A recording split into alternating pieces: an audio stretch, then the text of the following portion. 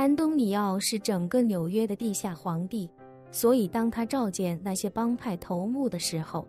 这些人无一例外全都兴高采烈地立刻响应。而且叶晨给安东尼奥安排的话术也比较有迷惑性。按照叶晨的要求，他告诉帮派头目自己有非常重要的大生意要跟他们面谈，让他们带一个他们最信任的心腹到唐人街的烧鹅店来密谈。除此之外，叶晨还让他告诉那些头目，这一次要谈的生意特别重要，所以才特地选在了唐人街这种地方，为的就是掩人耳目。所以安东尼奥还特地交代他们，千万不要把这件事告诉除了心腹之外的任何一个人，否则就将他从扎诺家族的版图中永久地踢出去。这些帮派头目全都是跟着安东尼奥混饭吃的，他们之所以能够在纽约拥有自己的地盘，除了自己争强斗狠之外，也靠安东尼奥的背后支持。如果他们没有了安东尼奥的支持，那他们的地盘必将遭到安东尼奥麾下其他各路帮派争抢。所以这些帮派对安东尼奥都非常忠诚，生怕有半点让安东尼奥不满意，从而被他踢出局。说白了，纽约这些忠于扎诺家族的帮派就像是无数条被扎诺家族豢养的恶狗，而每条恶狗都有自己的食盆，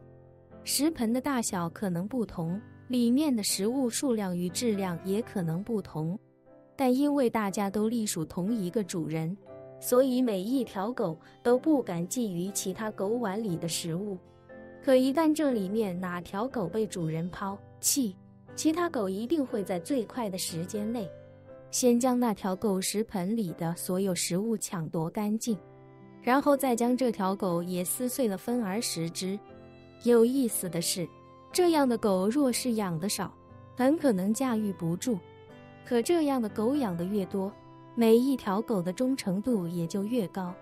很快，最先得到通知的燃烧天使老大丹尼尔便带着自己的心腹麦克一起驱车赶到唐人街。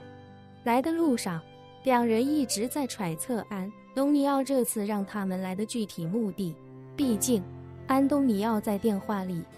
只是说有重要的生意与他们商量，但却没透露任何具体讯息。丹尼尔和麦克都觉得安东尼奥忽然在唐人街召见他们，很可能就是因为最近他们在唐人街的进展搞得很不错，所以得到了安东尼奥的另眼相看。毕竟华帮这次输得彻底，燃烧天使在唐人街以及整个华埠地区摧枯拉朽一般攻城略地，进度甚至远超他们自己的预期。在他们自己看来，这是他们打的一场大胜仗。一场胜仗过后，司令官论功行赏也自是理所当然。所以这两人一路上兴奋无比，不停地在心中畅想着燃烧天使的美好未来。当他们把车停在烧鹅店门口的时候，他们第一眼便看到了几名手下的摩托车。麦克有些惊讶地说道：“老大，这几辆车好像是威尔他们的。”丹尼尔一点也不惊讶，开口道：“这几天威尔一直都在唐人街肃清那些华帮成员以及不听话的华人商贩，说不定就是他们做的比较出色，所以让老大刮目相看。”麦克连忙低声提醒道：“老大，威尔的姐姐虽然是你的情妇，但我还是要提醒你一下，小心威尔这个家伙。这家伙野心很大，绝不会心甘情愿跟在你的手下做个小头目，说不定他的野心比你现在的成就还要大。这次他又得到了老板的赏识，恐怕将来更是如鱼得水，你可千万要小心谨慎。”麦克的话当时让丹尼尔表情一凛。丹尼尔并不算是个聪明人，他最大的优势是敢杀敢拼。当年在街头确实收拢了不少对他忠心耿耿的小混混。草根出身的他并不懂得太多权谋之术，他只是觉得兄弟们跟着我好好干，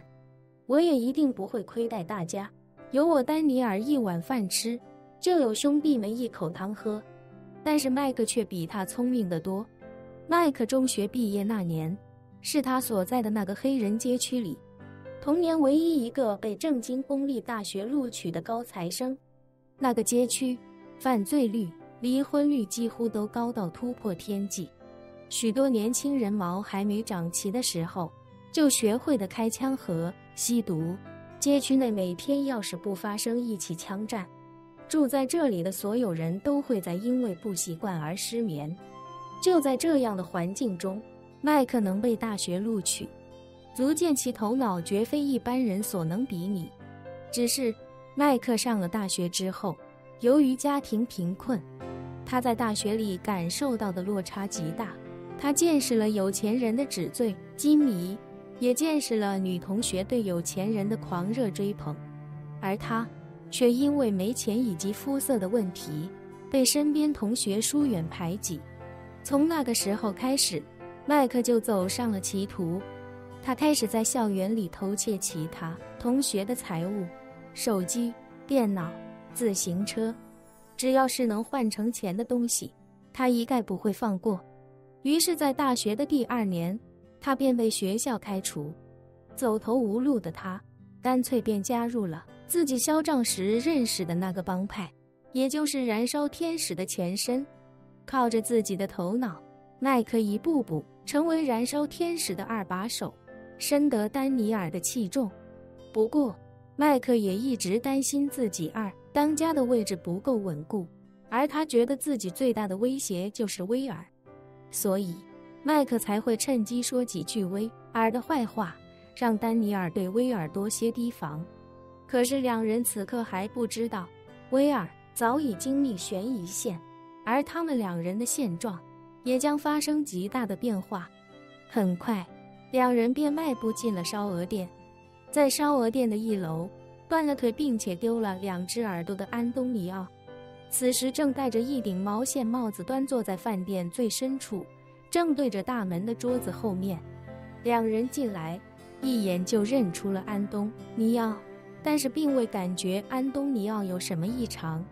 唯一有点搞不明白的，就是他为什么要戴一顶毛线帽子，显得不伦不类。丹尼尔一进来，便非常恭敬地对安东尼奥说道：“老板您好。”麦克也毕恭毕敬地说道：“老板好。”安东尼奥眼神复杂地看了2人一眼，开口道：“丹尼尔，以后我们到了叙利亚，你可千万别怪我。”丹尼尔听得一头雾水，下意识地问：“老板，您这是什么意思？谁要去叙利亚？我们要去叙利亚吗？”安东尼奥深深叹了口气。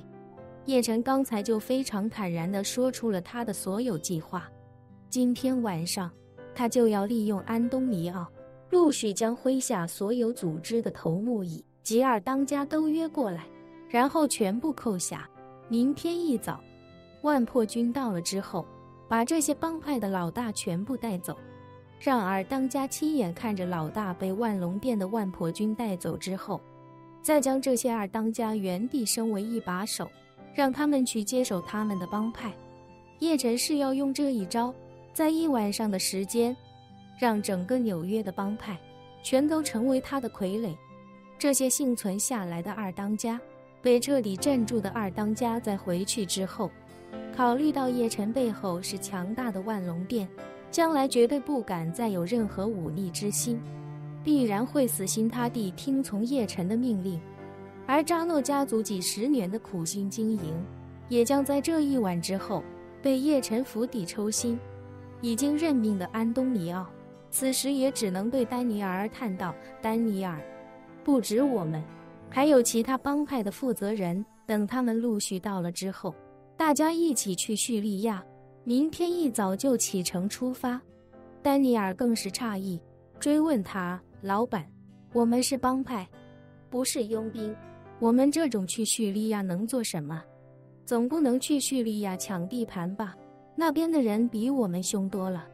我们还用9毫米的手枪抢地盘，他们在那边应该已经扛着 RPG 到处跑了。”安东尼奥哀叹道：“具体还是让叶先生跟你说吧。叶先生？哪个叶先生？两人听得一头雾水，完全搞不懂安东尼奥到底想说什么。这时后厨走出一位东亚面孔的男性，他看着两人淡淡道，从明天开始，包括你们燃烧天使在内的所有扎诺家族下面的帮派老大都要被送去叙利亚，老大的位置自动由帮派的2把手接任，同时新任老大要将帮派75%的利润按月上交给华帮，谁敢不从，就把他也送去叙利亚，直到筛选出一个听话的老大来为止。两人仿佛听到天大的笑话，尤其是丹尼尔更是不屑。在他看来，华帮已经是他的手下败将，马上就要被彻底赶出唐人街，让自己给华帮上供，而且是拿出75%的利润，这简直就是天方夜谭。丹尼尔下意识地掏出手枪，指着叶晨，脱口说道：“你是哪来的垃圾？口气这么大，莫非也是华帮成员？”叶晨以极快的速度，顺手从安东尼奥面前的筷子盒里抽出一根筷子，一甩手，那筷子便如子弹一般，直接扎在了安东尼奥的手枪侧面。嘘，咔的一声，安东尼奥只觉得手腕一麻，低头一看，手枪已经消失不见。紧接着又听见身后墙面传来咚的一声，转头一看，差点没吓个半死。自己那把心爱的博莱塔手枪竟然被筷子从侧面硬生生扎穿了一个窟窿，直接被钉在了墙上。他惊恐不已地看向叶晨，实在想不明白，人类怎么能用竹子做的筷子炸穿钢铁打造的手枪，而且那手枪的套筒以及里面的枪管都是高强度的钢材，就算是子弹也根本不可能打穿，更何况一只筷子。一瞬间，丹尼尔吓得双腿发软，下意识想转身逃走。可这时候，门口走进来2个东亚面孔的男人。他们进来之后，一人掏出一把手枪，直接用枪抵住两人的后脑。这2人便是在外埋伏的强仔与倪大伟。紧接着，2人便将丹尼尔和麦克捆了起来，直接带上了2楼。而此时，威尔、约翰逊等5人早已经被捆成粽子扔在2楼。还没等丹尼尔想明白发生了什么，便被强仔与倪大伟用麻绳死死捆住，嘴里又被塞了一块带着油哈喇味的破抹布。强仔一脚将他踢到威尔身边，拿过一个装满水的电水壶，一边按下烧水键，一边冷声道：“我警告你们，马上还有其他帮派成员陆续过来，你们所有人都不得发出任何声音，否则的话，等着湖水烧开之后，我就全部灌进他嘴里。”另外，我的新频道历史印记馆已上线，欢迎观看订阅。